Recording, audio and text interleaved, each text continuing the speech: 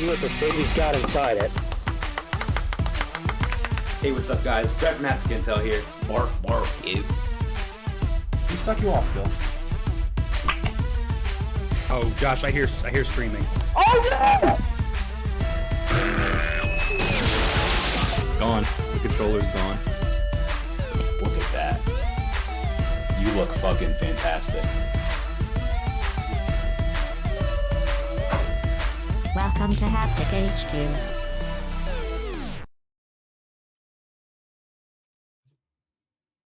What's up, everybody? Welcome to Hapticast episode number 103.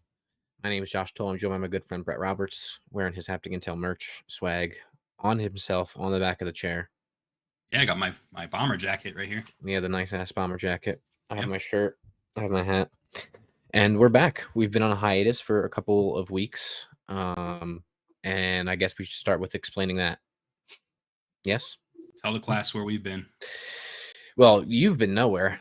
I've been I was in outer space. Just say that. That's right.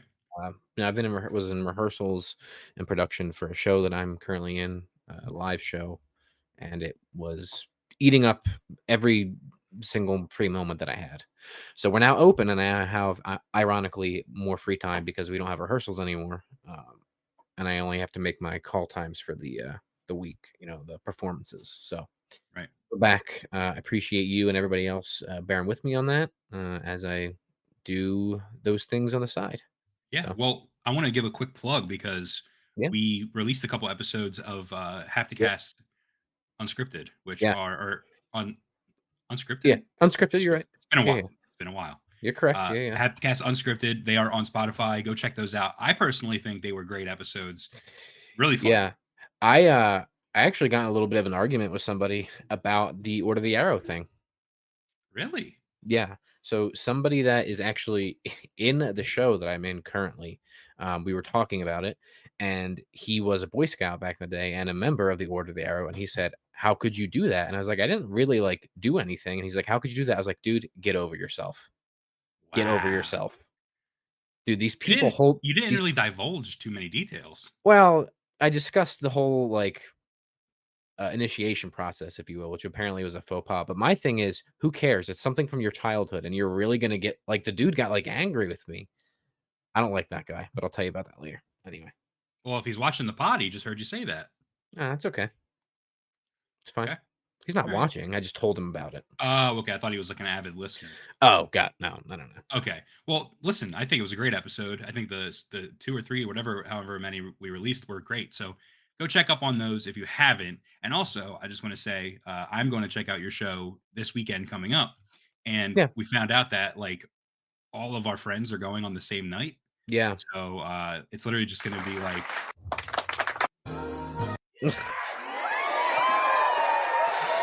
everyone's just going to be freaking out for you. So yeah. Well, I appreciate that. And that show, the show, you're coming Saturday, right?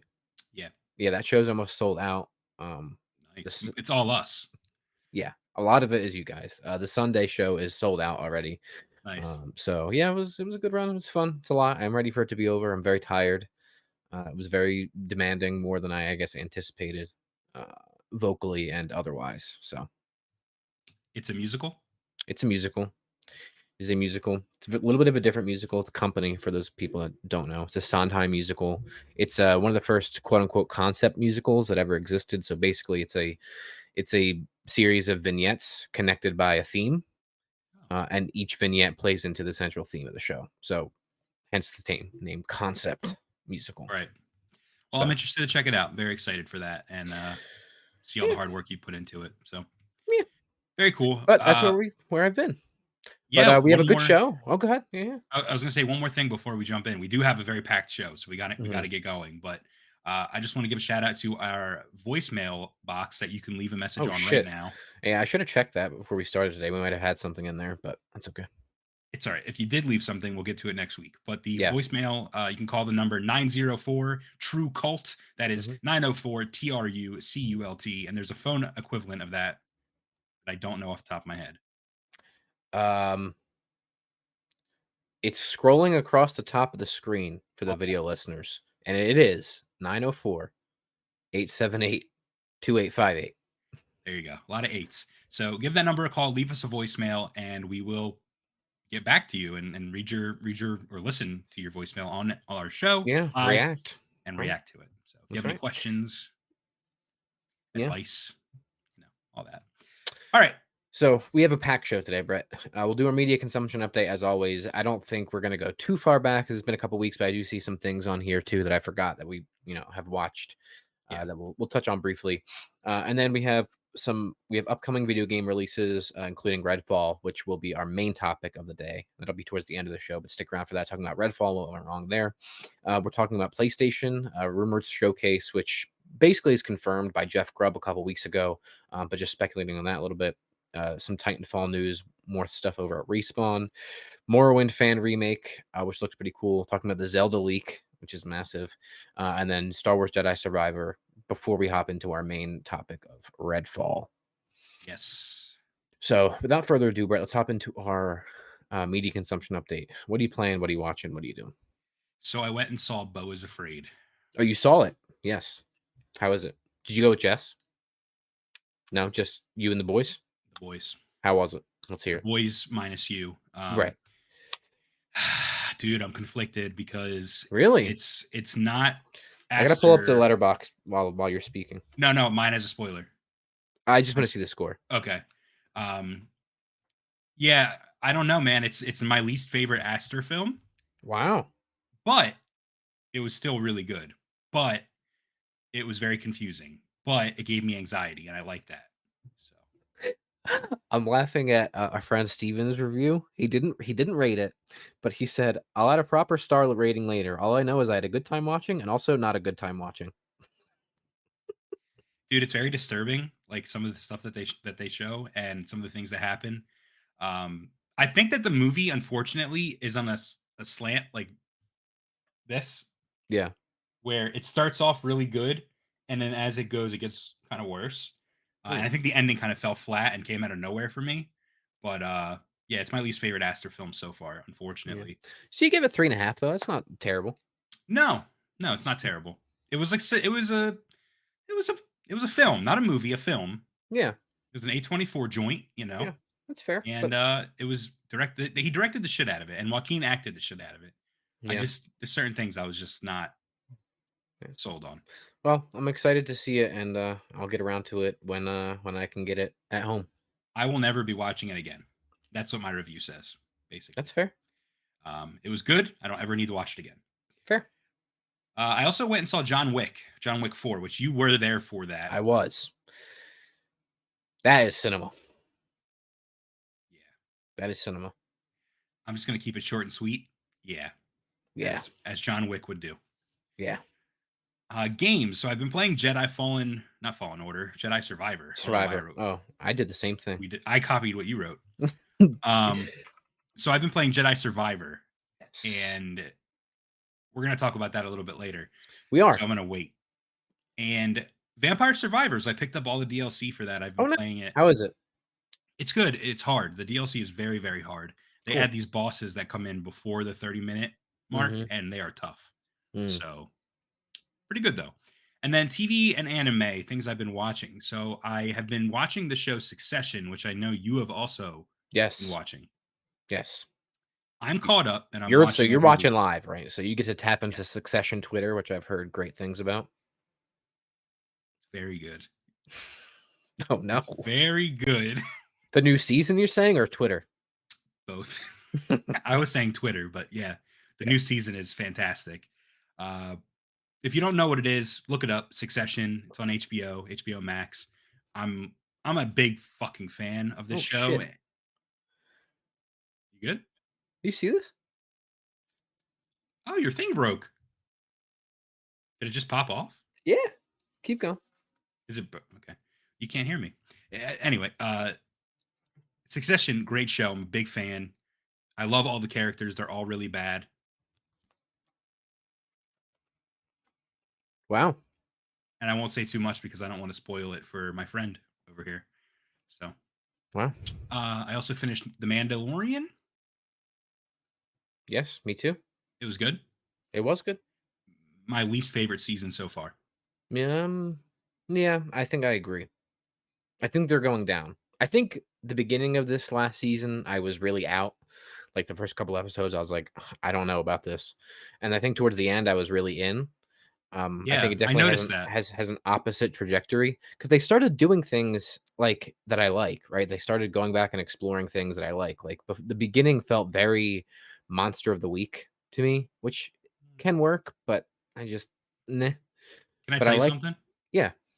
I feel the opposite. I liked the earlier episodes, and I felt it was weaker as it went on.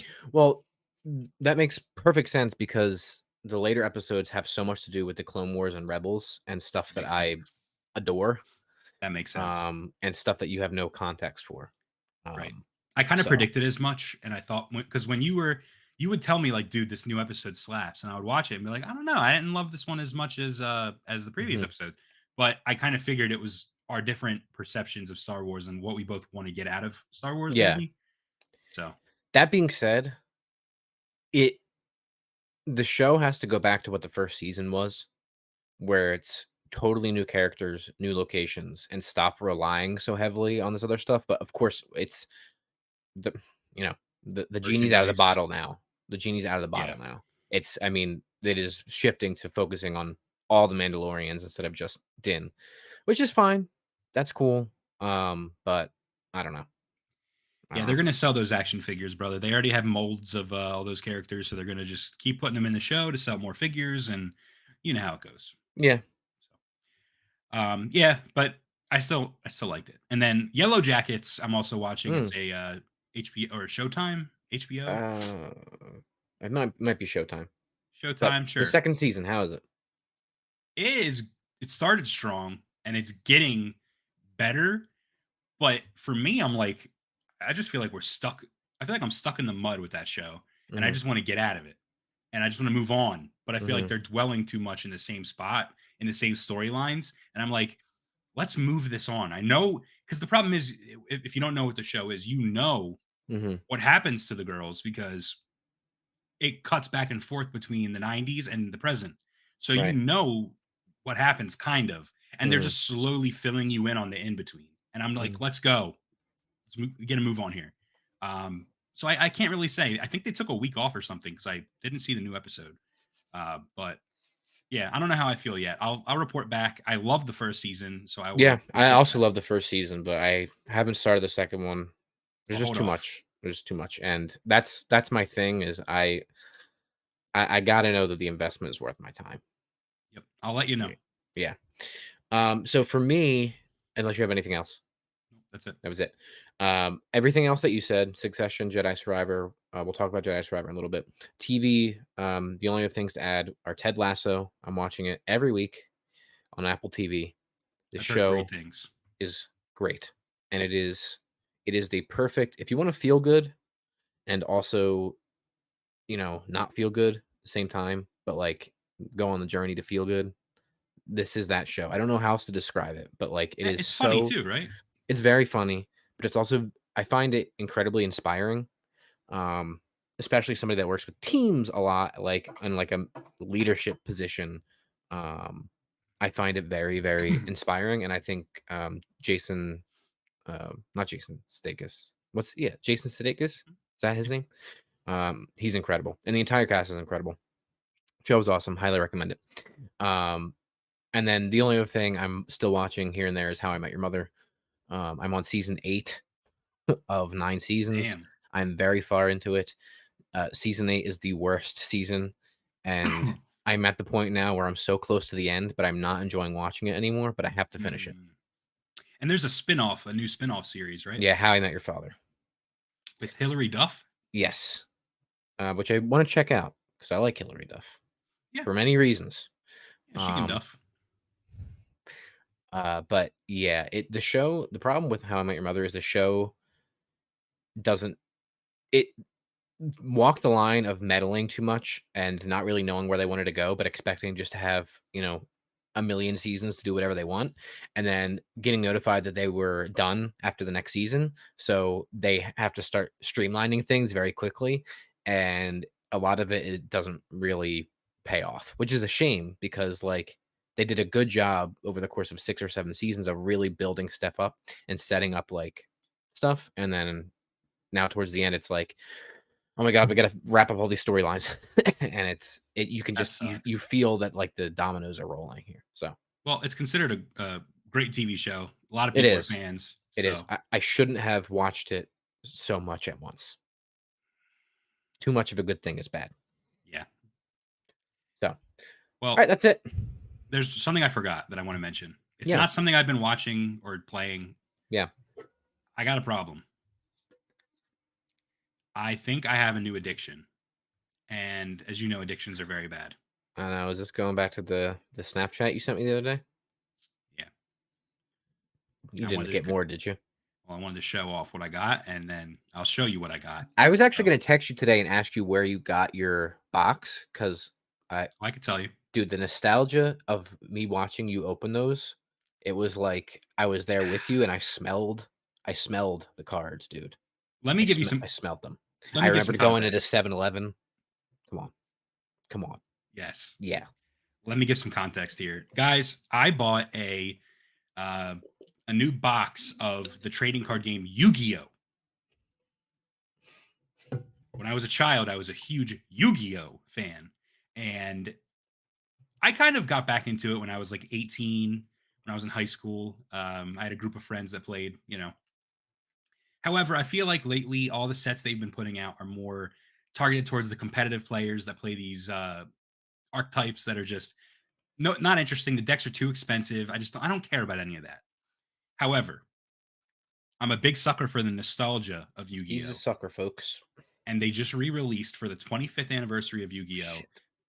They released the Legendary Collection 25th anniversary, which if you don't know, the Legendary Collection was something that came out when I was like 18 years old, and it was one of each of the first 5 packs of Yu-Gi-Oh! Mm. So Legend of Blue Eyes, Metal Raiders, Magic Ruler, Spell Ruler. The first 5 all the way up to Invasion of Chaos and Dark Crisis. Yeah. So you get one of each pack, 5 packs, and the pool rates they're not increased. It's not like you're going to get something, miraculous every time. But I got a display case of them, which means I got 5 boxes. So I had 25 packs of cards, 5 of each set. And this was what I pulled.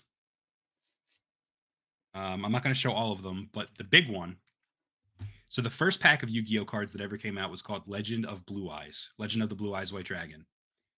Folks, I pulled the Blue Eyes White Dragon, LOB, Legend of Blue Eyes. So I have a problem now because I can't stop and I want more. And I, like you said, that nostalgia of opening them and getting cards like Thousand Dragon. Like, when else are you going to pull 1,000 Dragon? So again, these cards don't hold much value. This Blue Eyes White Dragon is not the original print. It's a reprint from this year. It's worth $50. I don't care about the value. It's just cool to have these, right? So I went out and got some Ultra Pro top loaders. And of course, my favorite brand of binder for trading cards is Monster. So I went out and got myself a new binder. And I'm going to reorganize my cards and probably buy more. So I'm in it. I'm in it to win it with my Karibo Dark Magician deck box. But here's the thing. I'm not going to buy every set. Like when I was a teenager, I bought the new stuff. I don't care about that. I'm going to, I think, invest in collecting and invest in collecting. I don't know, but I think I'm going to try to get sets and complete a set. So I think I'm going to try to get one of every card in this set, one of every card in that, but only the classic ones. So we'll see how that goes. I don't know how tangible that is, but I need to set a boundary for myself. I can't just be like, I'm collecting everything.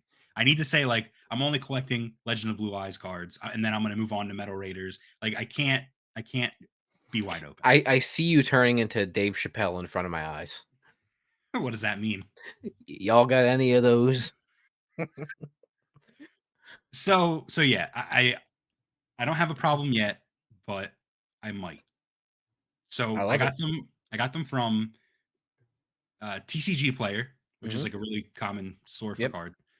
but I specifically ordered them from a YouTuber that I trust. His name is Simply Unlucky. He's a YouTuber that does Pokemon and Yu-Gi-Oh. Yeah. He has a shop now, like an actual physical location. Oh, that's cool. And he sells cards. So I bought them to support his shop. So I'll send you the link.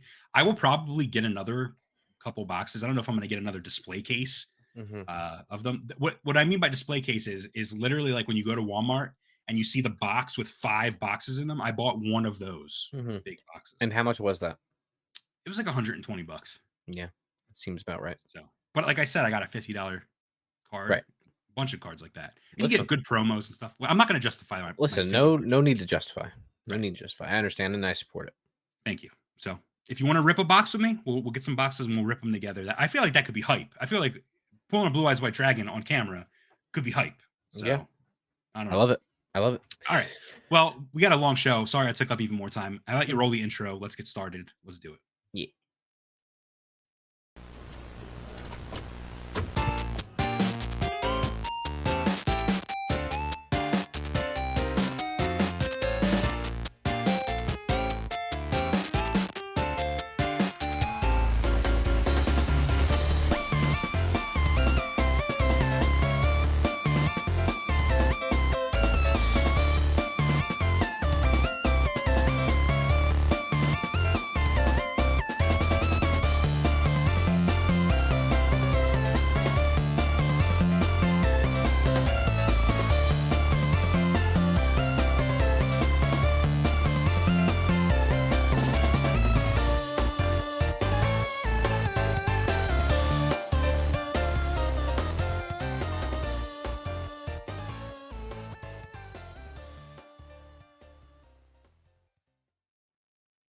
Ladies and gentlemen, thank you for tuning in. If you didn't know, Hapticast was sponsored by Dubby Energy.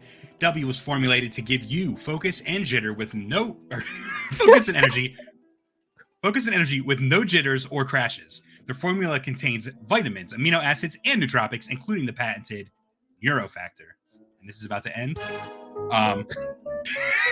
So there's no calories, there's no sugar, there's no artificial colors, there's no fillers, there's none of the bad stuff. There's 2 songs playing, but all of the good stuff. So listen, your current energy drink may cost you anywhere between $2 to $3 per can. I'm here to tell you right now, Dubby costs $1 per drink. That's right, $1. So listen, if you find it hard to work or study, use code SLICK, SLICK, SLICK, to save on Dubby. That's right, use code SLICK to save 10% on your entire order, and it'll help us out, support the channel, and also go to hapticintel.com/merch and buy some of our merch. I'm rocking a t-shirt, Josh has a hat, and we have the bomber. I also have my That's Awesome Dude shirt on too. Wow, that was very chaotic. So thank you. Thank you for watching. Thank you for supporting. And thank you to Dubby and your code SLICK for supporting us. Josh, how do you want to do this? Why don't you do the upcoming video game releases and I'll do Slick, you'll do Abysmal, and then I'll start the Redfall.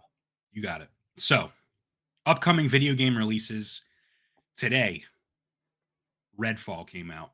Yeah. On PC and Xbox Series X and S. It's on Game Pass. That's our main topic. Because we've heard some very, very bad things about Redfall. I actually tried it a little bit before we started today. Whoa, really? Yeah, I just wanted to get a flavor of it. We'll talk about it. I'm glad you did, because I would like someone to have, someone out of the 2 of us to have that. We'll talk about it. This is an interesting addition here. Bare Butt Boxing is coming out on PC on May 4th. It's an early access. It's a multiplayer brawler. So, yeah, it looked funny. Well, you added it, so it must be good.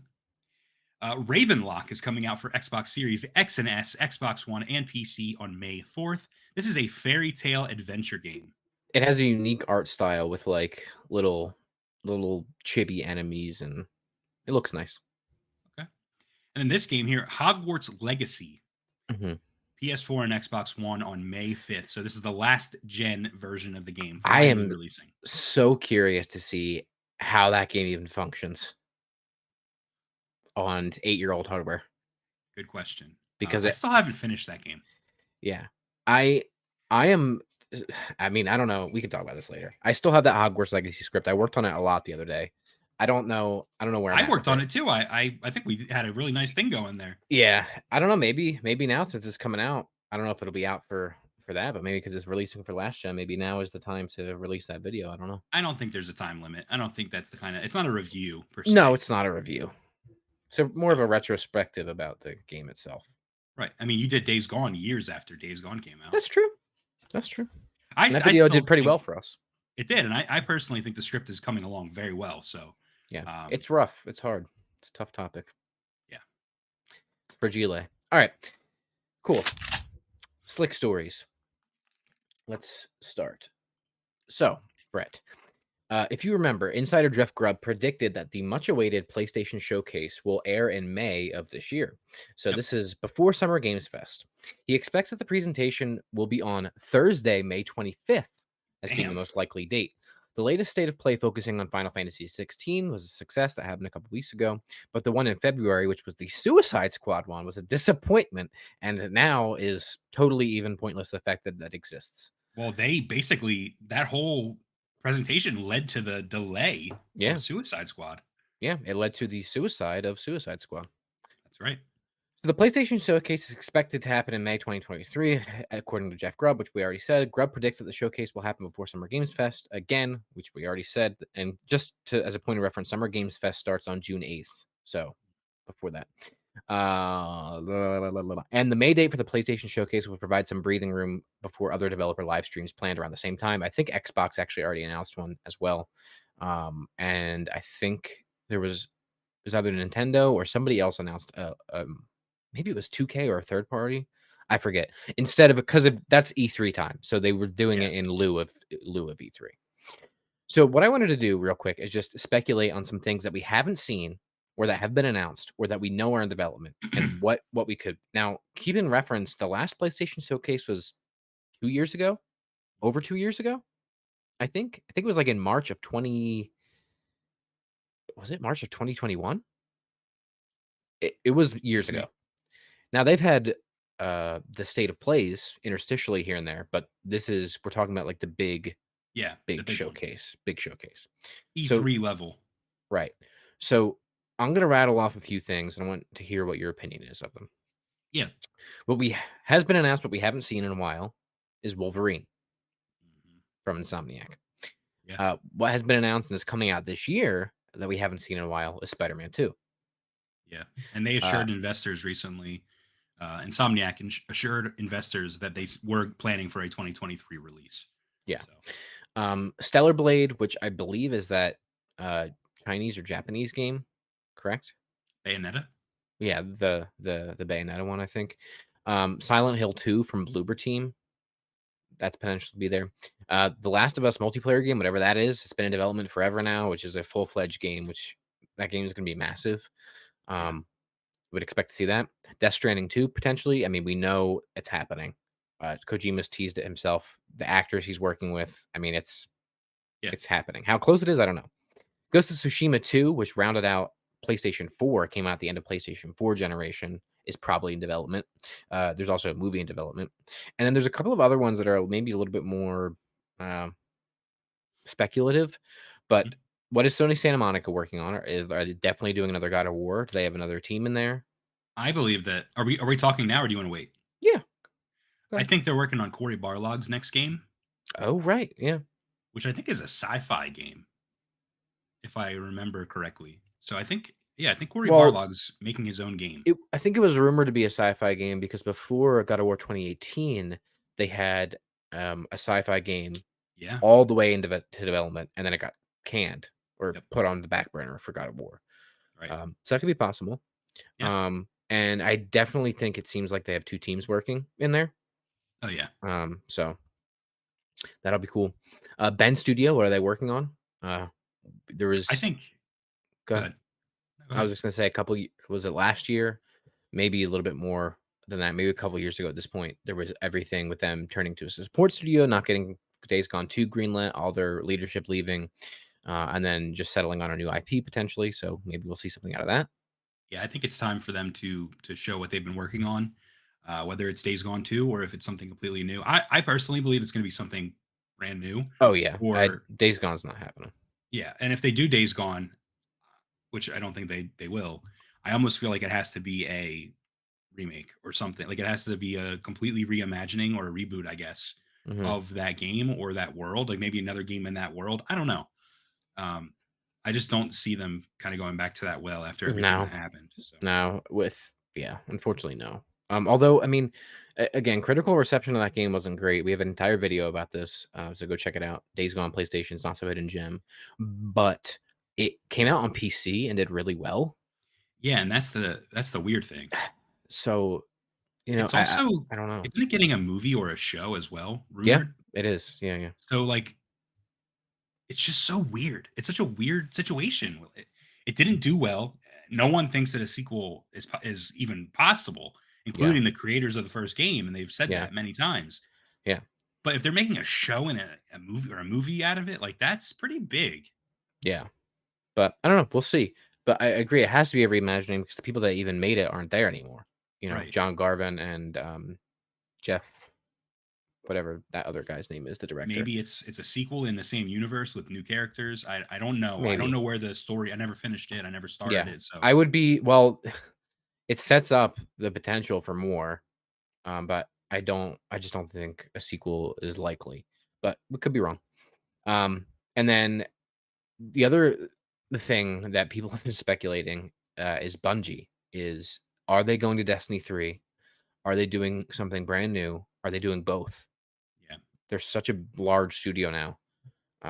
It's possible that they do a Destiny 3 and a new IP at the same time. Yeah, I'm more inclined to believe they're doing two games right now. Mhm. Like you said, the studio is huge. They were acquired by Sony, or was it an acquisition? Was it a full on acquisition? It is they are a PlayStation first party studio, but they remain independent. Okay, so there's that, and I think that Sony is more than anything looking for a new IP out of them, and I Mhm. believe personally that new IP it might have been what they showed Sony to get them interested. Uh, Oh, that's a good idea. Yeah, So we'll good see. thought. But I definitely think that Destiny is not going anywhere. That is such a No. huge moneymaker for Bungie that it would be Yeah. stupid to not make a third entry in that series and just Mhm. continue to make more money. Yeah. So What they should do would be smart is with the next installment of like a mainline game of it is do something like Hitman did and create like the world of Destiny or something. World of where the everything is in Guardians. it. Yeah, where it's everything. The problem there, Josh, is that they're literally deleting content off of the game to add new content. Yeah, I was gonna So say, but yeah. Which I forgot to mention well, at the top of the show, by the way. I did play Hitman a little bit on my Steam Deck. That game is fucking awesome. yeah, it's cool. Um, so anyway, that's just my speculation. I think that this is happening, and I'm really excited for this because PlayStation hasn't said anything in so long, Yeah.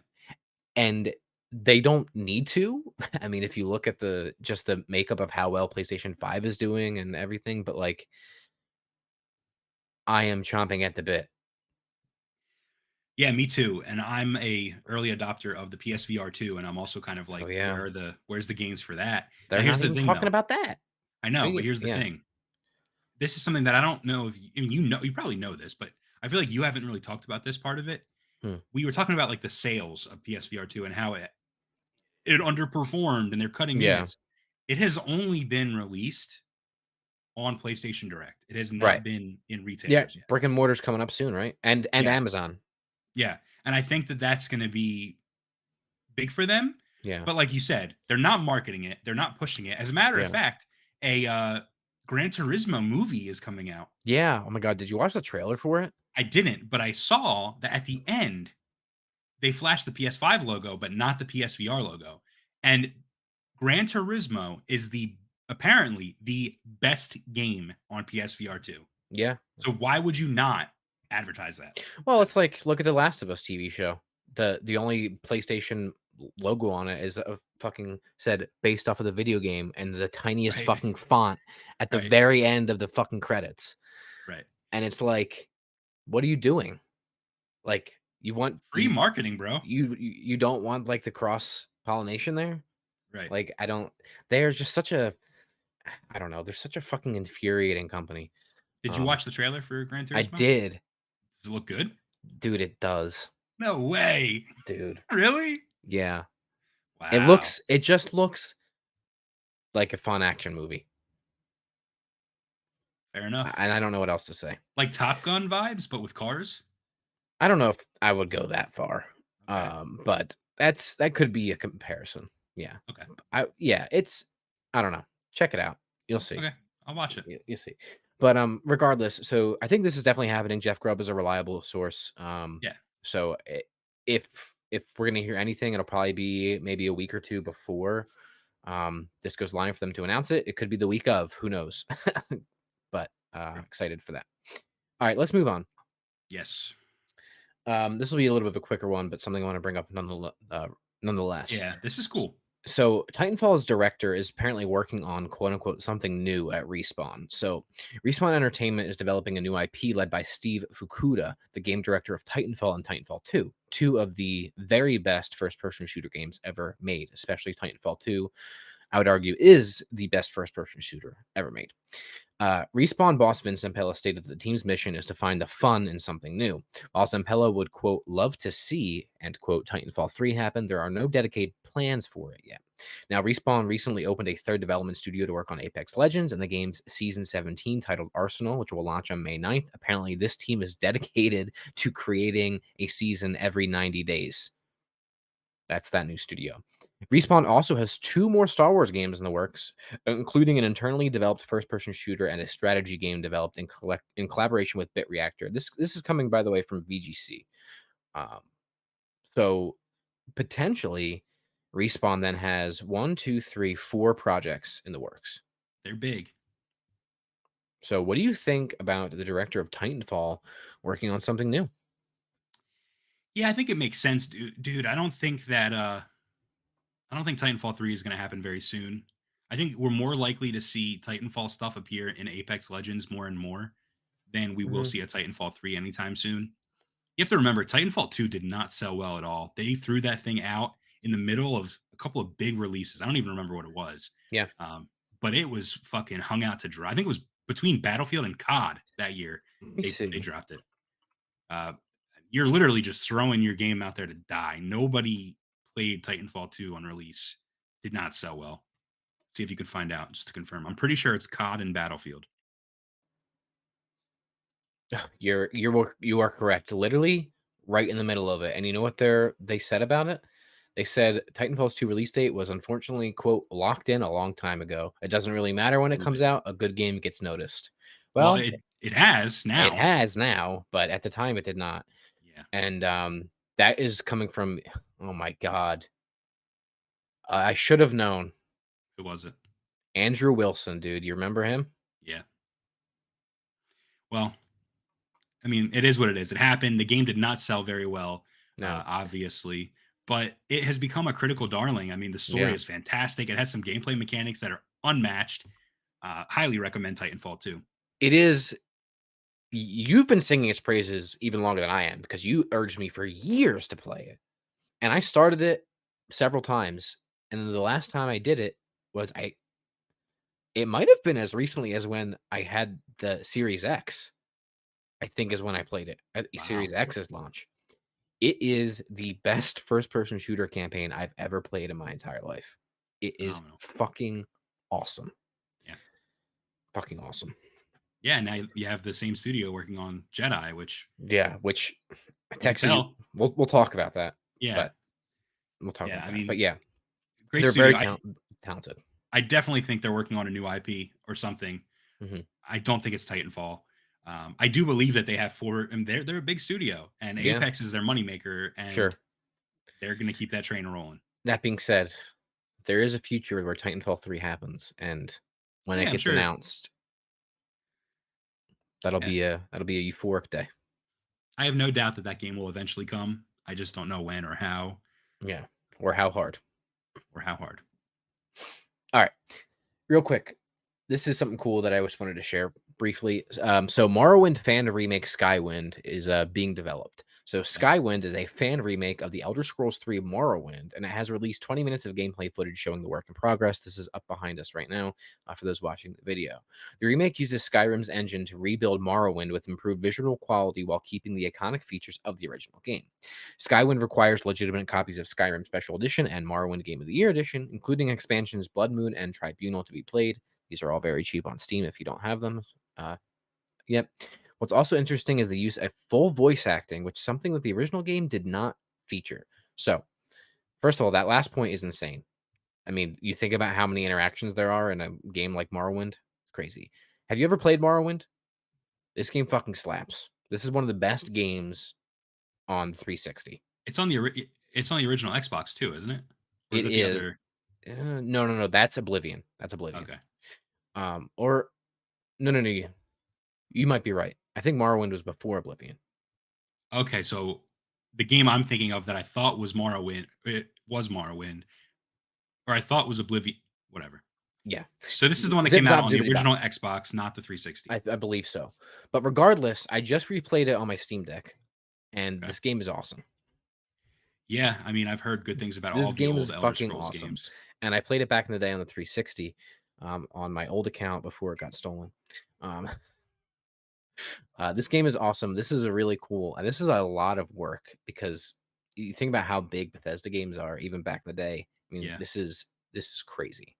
So I can't see behind me, obviously, and I haven't watched the video. So is this literally like Elder Scrolls 3, but in Skyrim's engine? Yes. Yeah, Okay. it's literally, I mean, it is a translation of it. So there's a lot of reworking done, obviously, given that it's a completely different engine.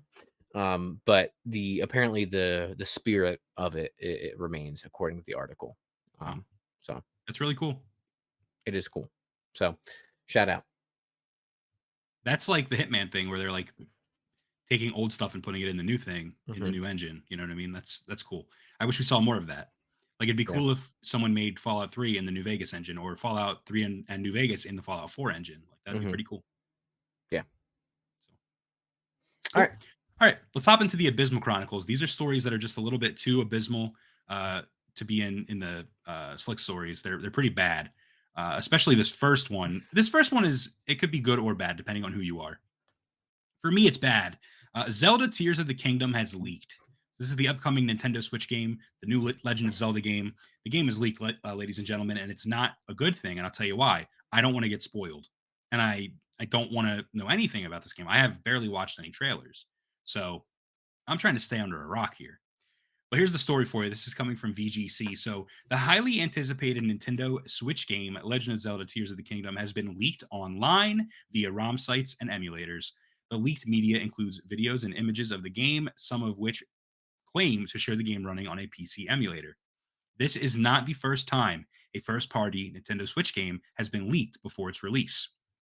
We all saw it when Pokemon Legends Arceus and Pokemon Brilliant Diamond and Shining Pearl leaked in a similar manner. I'm here to tell you that Haptic Intel can confirm these leaks are credible. The game is in the wild, and some people are playing it already, so beware of spoilers. Yeah. I won't divulge our source because I don't want Nintendo to come knocking. But it runs on Steam Deck as well. If you didn't know. It does run on Steam Deck. So be wary of spoilers if you're looking forward to this game, like I am. Be very wary of spoilers. Well, the good thing is I heard it runs like Dookie Butter on a Steam Deck, but not too Dookie Butter. So that makes me think it'll run good on my Switch. Yeah, it should.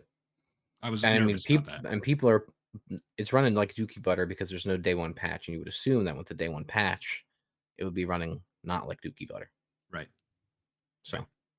Okay, so be careful. Be careful out there, and don't get spoiled. That's right. The next one. We're talking about games just running like Dookie Butter. Yeah. Star Wars Jedi Survivor has gotten mostly negative reviews on Steam because of its performance on PC and other consoles. I should add as well. Yeah. This is coming from Tom Henderson over at Insider Gaming, friend of the show, Tom Henderson. So Star Wars Jedi Survivor has been bombarded with negative reviews on Steam and has already reached the mostly negative rating.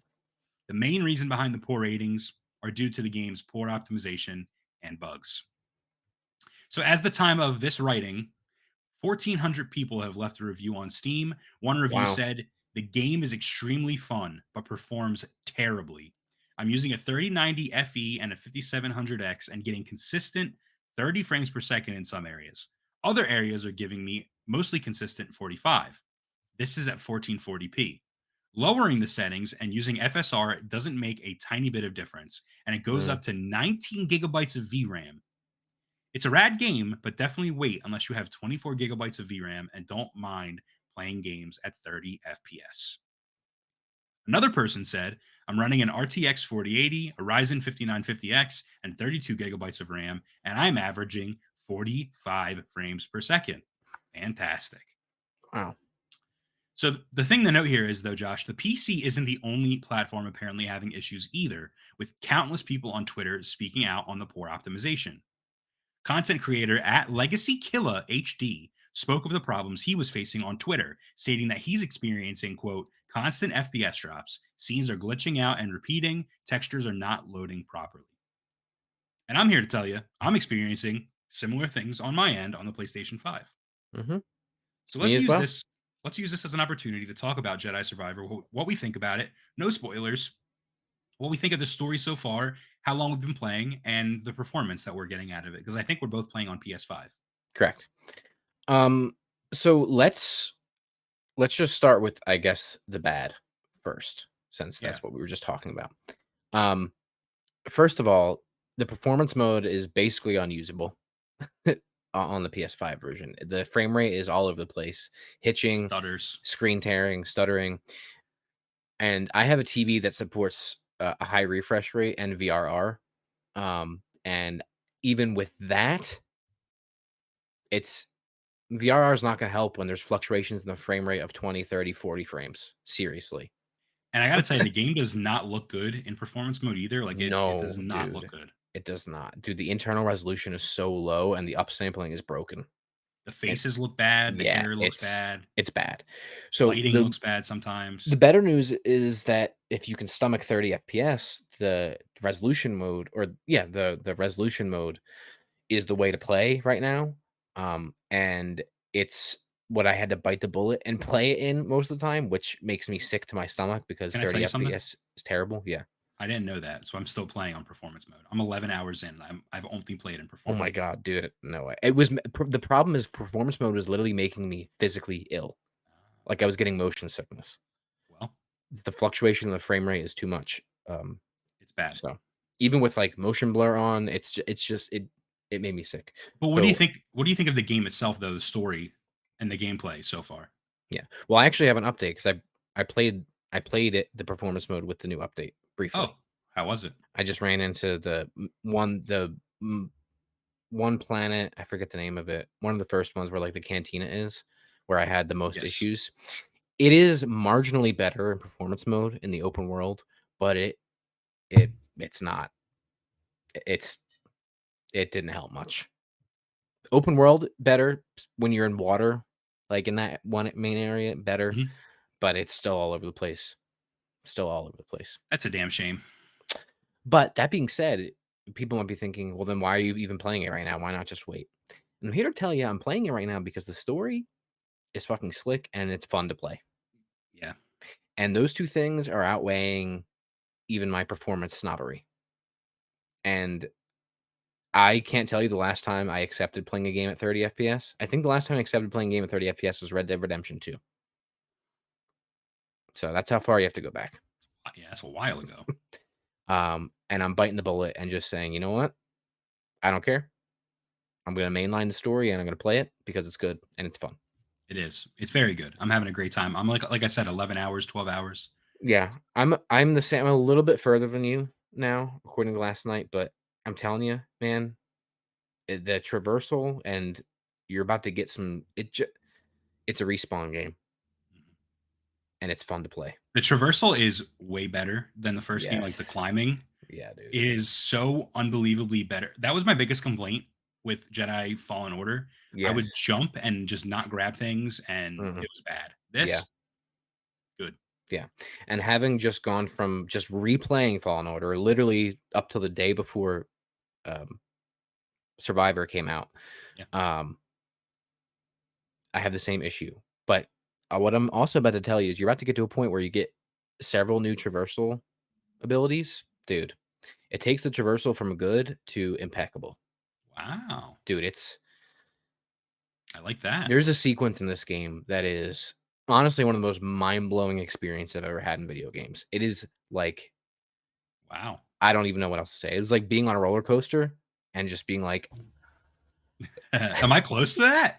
it's literally right after where you are right now. All right, let's finish this podcast. Dude, it's just such a fucking. And that's what I texted you. I'm like, you're about to see why Respawn is so slick because like they just have a way of. They're just an awesome studio, man. So even with, listen, the performance issues are unacceptable. This game definitely needed a couple more months in the oven to iron that stuff out, and they should have taken it. But even among all of that, I'm here to tell you the game is awesome if you can get past that. And Yeah. those things will get patched, and they are starting to. But And that's the thing, dude. Like a lot of the reviews when this game came out were positive because Yeah. the game, although it was buggy, slapped so fucking hard. yeah, So yeah. And I mean, it's sitting at what, like an 85 or an 86 on OpenCritic. So that's why, is because the game is good despite its flaws, and the game will be great when those are fixed. Anything else to add about that? no, that's it. I mean, you already kind of said like the new patch is out and you tried it. I'm Yeah. gonna try it. I'll report back next week. I'll let everyone know. It's marginal. It at least allowed me to stay on performance mode for now, but I it was like a 15-minute session just to see, so I could talk about it today. Okay. So Love that. we'll see how much better it is, but I was able to not get sick after playing it for 15 minutes. Right. And it's marginal improvements. I would say it's locked to 60 more often, but there's still areas where it chugs and dips. So, Okay. Love that. all right. Well, shall we shift into talking about our main topic, Brett? Let's do it. Let's talk about another game that doesn't perform very well, apparently, and that is Redfall. All right. So, listen. This is our main topic. I did play it a little bit, and I'll talk about that, but I wrote an essay here, basically. Wow. Of very detailed information about this game. So I want to read it, and then I didn't realize this was you. I thought this was a source. Oh no, this was. I love this. Me. Okay. I mean, there's multiple sources in here as far as reviews go. Yeah. But, so I want to read this first. But first of all, Redfall came out today at the time of recording this, so May 2nd. It has pretty negative reviews from a host of different things. This is an Xbox first-party game, an important Xbox first-party game, released on Game Pass. Okay, so that's the embargo was lifted last night at 8 p.m. Yeah, so pretty much the day of release, which is usually a bad sign historically, and this is no different. So let me go through this. If you want to hop in, feel free to stop me at any point, but I'm going to go through some stuff here. So what happened with Redfall? Redfall released today and is an Xbox first-party game published by Bethesda and developed by Arkane. According to the game's website, Redfall is an open-world co-op FPS game developed by Arkane Austin. It is a story-driven action shooter set in the town of Redfall, Massachusetts, which is being besieged by a legion of vampires. The game offers both single-player and multiplayer options, allow players to venture alone or squad up for up to 4-player co-op. The open world of Redfall is handcrafted by the master level designers behind Prey and Dishonored. This game sounds awesome. It does. And that's why I noted this is according to the game's website. Okay. So, while aggregate reviews aren't the be-all end-all, they are a good barometer to measure games. Currently, Redfall is sitting at a 65 on OpenCritic and a 64 on Metacritic. So, middling at best, but really less than middling. 70 is middling. Given these less than middling scores and the generally negative or mixed reception, Xbox, Bethesda, and Arkane can't be too pleased. Arkane is typically a critical darling of a studio, with their last major releases being praised, including Dishonored, Dishonored 2, Prey, and Deathloop, scoring 91, 87, 81, 88, respectively. So this is a major misstep for the studio in comparison. Arkane Austin being one of the two arms of the developer, with the other being located in Lyon. Austin last developed Prey, which was previously the developer's lowest rated game, but was still popular, adored by fans, and a fun, well-written, and engaging experience, in our opinion, my opinion, from what I played. Yeah, I liked what I played. So, prior to launch, Redfall was marred with a round of bad press regarding the 30 FPS cap, but that seems to be the least important points of the criticism surrounding the game at launch, with the following through lines being prominent in review roundups. Point 1, Redfall fails to live up to genre expectations and lacks the creative systemic gameplay of Arkane's single-player games. No creativity, single approach methods, bland gunplay, non-unique abilities, and overlapping skills between different characters. Point 2, no story other than slideshows and notes found in the game. Point 3, Redfall's always online gameplay is lackluster and includes host-only progression. That is fucking awful. Point 4, broken, non-functioning, and bad AI. Point 5, poor performance, especially on PC. So, there's more that I want to touch on with that, but just in general, what is your reaction to that? And then I want to tell you my opinion from playing maybe about 45 minutes to an hour. Yeah, like I said, this game sounds like a game that would be up my alley, especially to play with you and our friends Yeah. in a nice group of 4. Like, I can literally see us playing this game. Mhm. But I don't understand why Arkane, specifically the studio that made Prey, why they are making this multiplayer, always online game. It just doesn't make sense to me, especially Mhm. like a new IP, like not even like taking one of the IP they already have. It's just so bizarre. I don't understand it. Mhm. I have a couple of points I want to make about um, how they're probably feeling and how Microsoft feels about this failure. Mhm. Uh, but I will wait until the end to touch on Okay. that. But this So, sounds, in theory, like a game that would be awesome, and it's a shame that it's not. yeah. So, going off of those couple points that were just general through lines from reviews and me playing it for a little less than an hour, I think. Um I really don't have anything nice to say. Other than I mean the game looks to be a locked 30, at least on Series X. I didn't really notice any frame rate issues there, but it's 30 FPS, which doesn't feel great, especially for a shooter. Um, the interiors look pretty good. I think they're designed fairly well. I like the colors, and that's about it. I mean, if you're saying like I like the colors, The gunplay feels bad. Um, the AI is not only bad AI, it is broken. There are several encounters I had where they're just standing still, or the stealth, trying to be stealthy yeah, and then accidentally dropping in the middle of a room of enemies, and none of them react to you. This is like things that Arcane has nailed in the past. Like one of Dishonored's biggest things is like being able to approach things in a million different ways and using stealth and being creative. right. There's no creativity in this. There's no creativity. Um, and it is set up like a really generic hub-based multiplayer game. Yeah. It's like if the Division had vampires but was bad. And it's a first person. It's first person. That's really all I have to say. Okay. About it. Now, what I want to continue on is maybe the bigger ramifications for this. Yeah. And This is not good. I hate to be so negative, but like I don't know. We don't make the news. I mean, it is what it is. And I think this is an important point, especially as Xbox consumers ourselves. Yeah, I think the reason I want to put this in perspective here. Yeah. We're not just freaking out because this game got a 64. Like 64 is bad, but it's not like a 40, right? Right.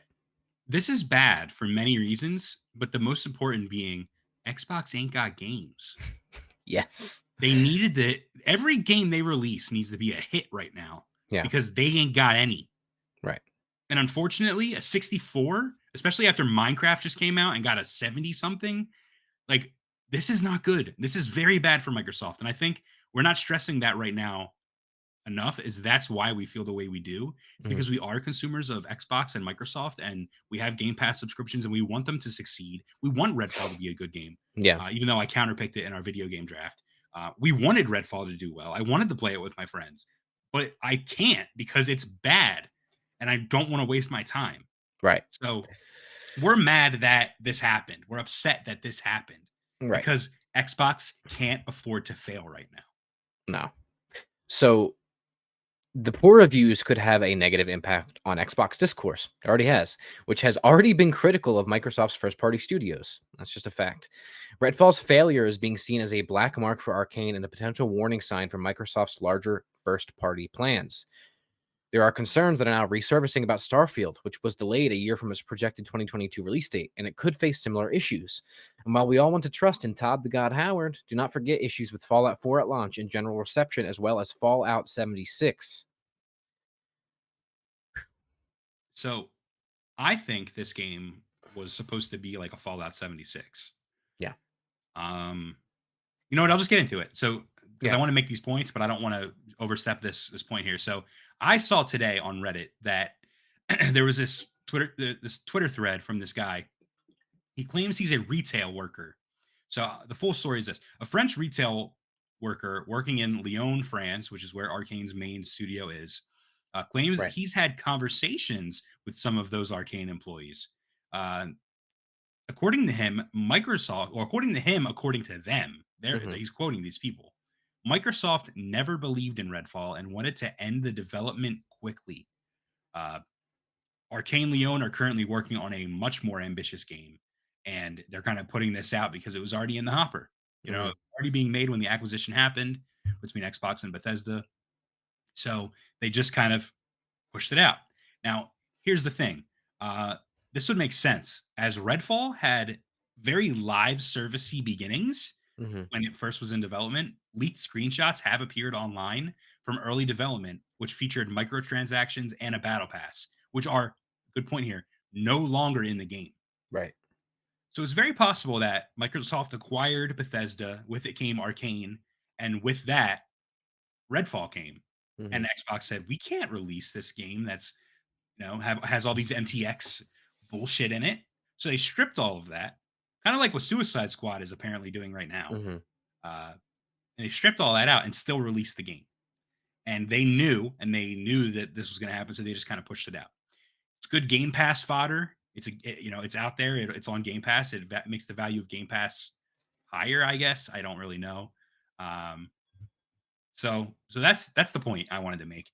The Reddit user, a Reddit user claims that the Twitter user, the French retailer that put this information out there, is a real retailer. Like, he's a real Twitter user. He's like a Wario 64 type of character.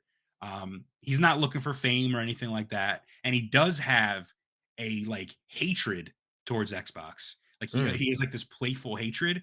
So it's interesting that he's like putting the story out, which kind of like makes Xbox look good.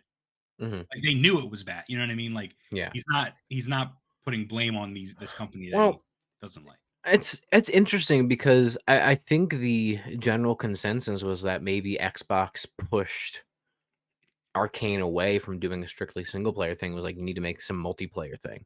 So it's interesting to hear the inverse of that. But I mean, regardless, something with microtransactions and battle pass and stuff like that, it's not going to work on Game Pass, where the game is already, free to access with a membership. Right. But every Xbox game is going to be like that. So right.